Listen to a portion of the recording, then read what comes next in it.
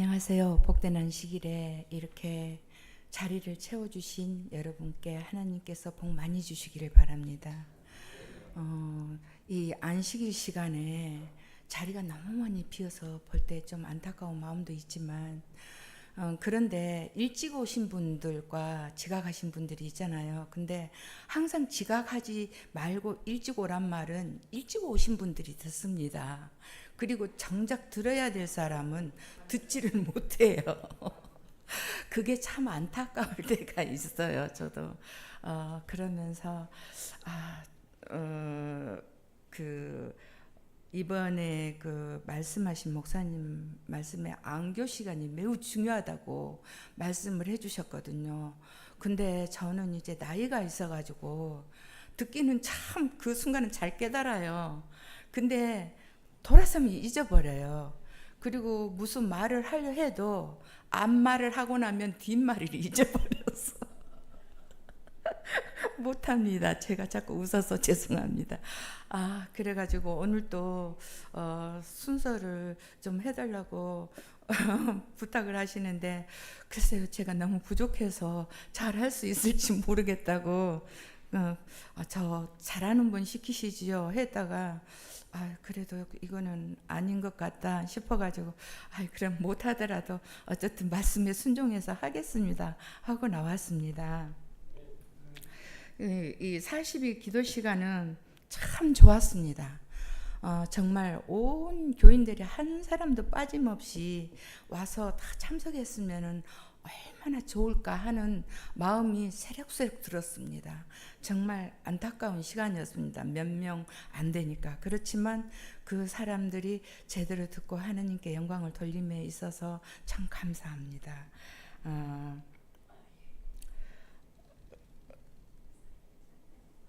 그 청년들 우리가 보면은 이렇게 보면 청년들이 없어요. 교회에요. 그런데 어떻게 하면은 청년들을 좀 많이 교회에 참석할 수 있게 할 수 있을까 생각을 해보지만 저희들은 자녀들에게 제가 요즘에 그 새자녀 지도법 책을 읽으면서 이거하고 같이 새벽 기도하고 같이 병행하면서 새자녀 지도법을 읽으면서 많이 회개했습니다. 저는 잘 교육을 시킨다고 시켰지만 하나님 뜻대로 시키지 못한 거예요. 이렇게 말씀을 읽어주고 모든 것이 하나님 위주로 해야 되는데 제 위주로 하면서 바르고 정직하게 교육시켰다고 생각한 거예요. 거기에 대해서 참 후회가 많습니다. 어릴 때부터 정말 젖을 먹이면서 하나님 말씀을 읽어주고 얘기를 들려줬더라면 오늘날 우리 아이들이 저렇게 됐을까 하는 생각을 참 많이 하면서 목이 메었습니다. 제가 하나님께서 이제 하늘나라에 가면 만약에 내 자녀들이 내 옆에 없을 때 아니 너만 왔느냐? 네 자녀는 어디다 두고 너만 왔느냐? 그렇게 물으시면 나는 뭐라고 말씀을 드릴까? 이 생각을 하면서 참 두려운 생각이 들었습니다. 그래서 제가 이제라도 늦었지만 아이들을 정말 듣든지 안 듣든지 하나님 말씀을 전해주며 기도하며 해야 되겠다. 그냥 내 마음대로 기도도 하지 않고 그냥 말부터 나갈 게 아니라 먼저 하나님께 기도하고 간절히 그 기도를 하면서 하나님께 예수님 이야기가 정말 그 마음에 뜻깊게 새겨지게 해달라고 기도해야 되겠다. 그 생각을 했어요. 그런 것도 있고요. 우리가 매일의 삶을 사는데 항상 어떤 분 그런데요. 차를 타도 예수님 이 자리에 앉으십시오. 그리고 예수님을 모셔놓고 운전을 한답니다. 근데 우리는 정말 예수님을 너무나 많이 잊어버려요. 그럴 때 내가 정말 예수님 안에서 살았는가 이 생각을 하게 됩니다. 너무나 부족함을 느껴요. 제가요. 그래서 지금은 항상 예수님 안에서 예수님의 인도하심 따라 그거를 맨날 마음에 새기다 보니까 머리 이렇게 돌이 탁 걸려서 넘어져서 막 이렇게 가서 안 넘어지면 아이고 하느님 감사합니다. 늘 감사하는 그런 생활을 살게 되더라고요. 그래서 우리가 어느 날 갑자기 변할 수 없어요. 그래서 사소한 것이라도 우리 마음속에 예수님을 품고 예수님 뜻대로 살려고 노력을 해야 예수님도 도와주실 수 있는 거예요. 하나님은 사랑이시라 강제적으로 절대 하시지 않습니다. 우리의 의견을 할 수 있으면 존중해 주시려고, 그렇게 나쁜 거 아니면 다 봐주십니다. 그렇기 때문에 우리가 우리 마음을 다해서 참으로 깨끗한 마음, 진실한 마음, 정말 예수님을 사랑하는 마음으로 마음을 드려야 되지 않을까, 그 생각을 합니다. 그리고 이제 그 책을 좀 한 권 권하고 싶은데, 늦었지만 새자녀 지도법을 한번 보시면 자녀 교육을 어떻게 시켜야 되는지, 청지기직부는 어떻게 해야 되는지 그런 것들이 나왔더라고요. 그래서 목사님 말씀도 들었지만 진짜 감동이었어요. 목사님 말씀은 내가 정말 이 이른 새벽은 아니지만 중새벽 아침이지만 그래도 그 시간에 빠지지 않고 참석할 수 있었음에 참 감사하다는 기도를 드렸어요, 하나님께. 그러면서 정말 많은 것을 듣고 배웠는데 그게 콩나물 시루에 물 주듯이 그 말씀들은 쏙 빠져나가고 감동만 남아있어요. 그렇지만 그것도 감동이 남아있으니까 제가 예수님을 사랑하는 데 도움이 되지 않을까요? 아무튼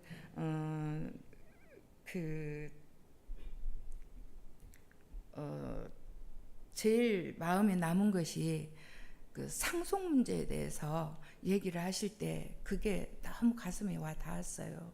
항상 저희들은 생각할 때 내가 고생을 많이 했으니까 내 자식은 고생 안 시켜야지 하고 돈을 그냥 버는데 혈연이 돼가지고, 예수님은 그냥 오다 가다 지나가는 손님처럼 모시고 마음 가운데 모시지를 못합니다.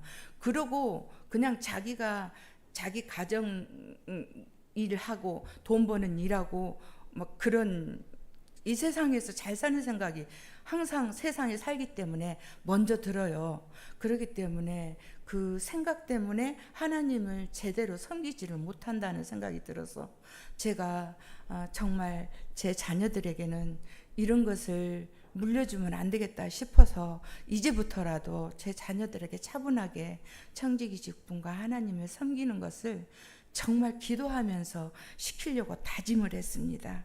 그래서 돈 싫어하는 사람이 세상에 어디 있어요? 다 돈 좋아하잖아요. 다 돈 벌기 위해서 노력하잖아요. 근데 재물의 욕심은 끝이 있을까요? 없어요. 못 지고 가고 돈에 묻혀 죽어도 돈이 좋다고 할 것입니다. 그렇듯이 세상의 욕심은 허망한 것에 끝이 없습니다. 그래서 우리가 하나님 방법과 뜻대로 생명을 살리는 복음 사업에 쓰이도록 우리가 노력하면서 그 돈을 아끼고 모아서 우리가 다 쓰고 하나님께 어떻게 드립니까? 저는 그랬어요. 아가 시절에 최고 좋은 것이 있으면 하나님께 드리고 싶고, 그리고 쓰던 것은 싫고 우리 하나님은 거룩하신 분이니 새 것을 드려야지 하고 나는 헌 것을 써도 새 것을 드리고 그렇게 할 때 참 기뻤어요. 그래서 우리가 삶 속에서 제일 먼저 우선순위에 하나님을 두고 사는 것이 얼마나 기쁘고 즐겁고 행복한 것인 줄을 실행하면서 느껴보시면 아실 것입니다. 그리고 돈도 저축해 놓으면은 이 세상에는 좀도둑이 있어서 도둑질을 당하든가 아니면은 내가 아파서 쓰게 되고 다 그것들이 허지로 바람의 곁처럼 날아가게 돼요. 그렇기 때문에 먼저 하나님 사업에 쓰면서 나의 안위와 나의 모든 생활을 하나님께 맡기면 하나님이 하나님을 우선순위에 두는데 얼마나 이쁘겠어요. 그러니까 우리가 마음을 다해서 정말 하나님을 우선순위에 두는 삶을 살았으면 좋겠고, 우리가 자녀에게 이제 마지막으로 이제 드리고 싶은 말은 자녀에게 상속을 많이 해주면은 참 좋을 것 같지요. 근데 그렇지가 않을 것 같아요. 제 생각에도 목사님 말씀이 맞다는 생각을 해요. 왜 그러냐면 부모가 재산이 많으면 오히려 자녀들이 화목하지 못합니다. 그리고 서로 눈치를 보면서 서로 재산을 남겨주는 부모에게 아부를 떨어요. 그리고 형제간끼리는 으르렁거려요. 그런 것들이 있어요. 그런 것들이 제대로 부모가 자식에게 남겨줄 유산입니까? 그런 거는 아니라고 생각이 듭니다. 그래서 목사님이 하실 때, 이렇게 말씀하실 때, 그 딱 임박해서 임종이 가까울 때 할라 하지 말고 내가 건강하고 가족과 함께 다 행복할 때 그것을 정해서 이거는 너를 주고 이거는 너를 준다. 그렇게 말을 하고 그럼 자녀들은 부모가 재산이 많은데 왜 나는 이렇게 조금 주지? 이렇게 생각할지 몰라요. 그러면 이해를 시켜야죠. 너희들이 쓰는 돈은 세상적으로 많이 쓰이게 되지만 하나님께 드리는 돈은 하나님의 사업을 해서 정말 필요한 곳에 주게 되고 또 사람 영혼이 살 수 있는 하늘나라에 갈 수 있는 그런 사업에 쓸 수 있으니까 얼마나 중요한 돈이냐. 그러니 너희들이 그것을 기쁘게 생각하고 너희들도 살다가 보면 엄마 같은 나이가 될 때에 자녀들에게 이런 것들을 배워서 그렇게 자녀에게 유산보다는 하나님의 그 거룩하심과 사랑과 구원과 십자가의 그 큰 사랑을 꼭 남겨주기를 바란다고 부탁하고 싶어요. 저는 자녀들에게. 그래서 저는 아직 유언할 재산도 없고 가진 것도 없지만 그래도 자녀들에게 그 하나님이 우리를 얼마나 사랑하신지 세상의 것을 다 주면 고맙겠다고 하겠지만 부모가 세상 것을 다 가지지 못했으니까 주지 못하지만 하나님께서는 이 세상 모든 것을 떠나서 온 우주에 한 분뿐인 아드님을 주셨는데 더 이상 줄 것이 어디 있습니까? 근데 우리가 하나님께 드리는 것을 아껴야 될까요? 드리면서도 많은가 적은가 저울질하면서 드려야 될까요? 그건 절대 아닙니다. 그러면 하나님이 나는 드렸지만 기쁘시지 않아요. 우리가 온전한 마음으로 정말 사랑하는 마음으로 더 없어서 더 못 드린 것을 애달파하면서 정말 겸손한 마음으로 드려야 됩니다. 하나님께 드릴 때 저는 그렇게 그런 마음가짐으로 하나님께 드리는 것이 하나님도 기뻐 받으시고 하나님이 우리를 축복할 수 있는 그런 조건이 될 수도 있고 사단에게 큰 소리 칠 수도 있어요. 우리가 잘못하는데 하나님이 쟤는 내 거예요. 근데 왜 하나님이 강제로 나서서 하시고 하나님은 사랑이시라면서 강제로 하십니까? 이런 소리 들을 수 없잖아요. 그러니까 또 하나님은 그렇게 하실 수도 없잖아요. 우리가 온전히 순수하게 순종하는 것, 그것을 받으실 수 있잖아요. 그런 생각을 하시면서 항상 우리가 먼저 기쁘고 즐거운 마음으로 하나님께 감동을 주는 마음, 하나님이 어떤 우리에게 감화를 끼쳐 주시는지, 성령님이 우리에게 무슨 말씀을 하시는지는 세밀하시고 세심하시기 때문에 마음을 기울이지 않으면 우리가 들을 수가 없어요. 그러면 어떻게 해야 되겠어요? 성령님께 늘 가까이 가면서 그걸 깨달아 알 수 있게 해달라고 기도해야 되지 않아요? 우리는 뭐 하나 다 우리가 하는 줄 알죠? 하나하나 우리가 하는 건 아무것도 없어요. 우리가 잘못해서 저처럼 아프게 되고 무리하고 가욕을 부려서 몸이 망가져도 하나님은 우리를 사랑하셔서 우리가 아프고 괴로울 때 마음이 굉장히 괴로우셔요.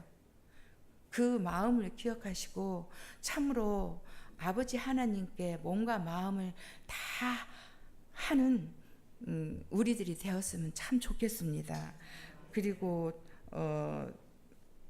정말 소그룹 시간에도 우리가 그 좋은 얘기들을 나누면 좋겠어요. 공부만 할 게 아니고 가장 하나님께 영광이 되는 일, 하나님을 감동시키도록 한 일들, 그리고 내가 자녀에게 교육을 이렇게 시켜보니까 좋더라.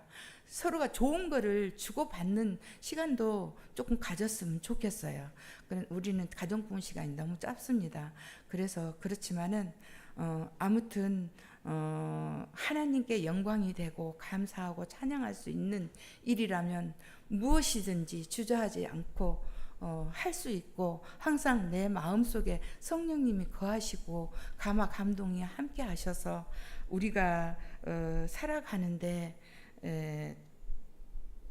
좀 사탄이 나를 자기 거라고 끌고 가는 일에 완강하게 거부할 수 있는 믿음과 성령님이 함께 하신가, 하나님의 보호하심이 함께 해 주셔서 우리의 삶을 보시고 하나님이 늘 감화 감동 받으시고 기뻐하시는, 우리가 삶을 살 때 외롭고 괴롭고 고단할지라도 하나님을 우선순위에 두고 살 수 있는 우리가 되기를 간절한 마음으로 바라면서 말씀을 마치겠습니다.